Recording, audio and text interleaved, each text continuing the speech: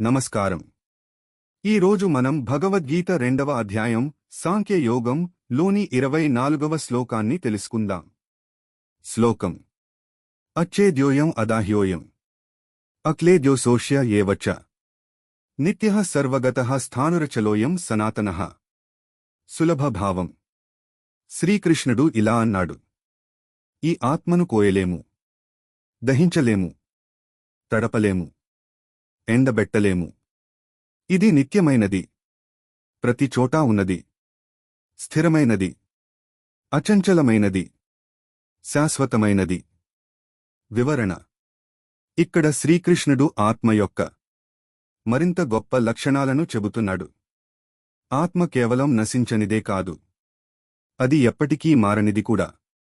అది కాలానికి అతీతం, ప్రదేశానికి అతీతం, ఏ పరిస్థితులకు లోబడదు.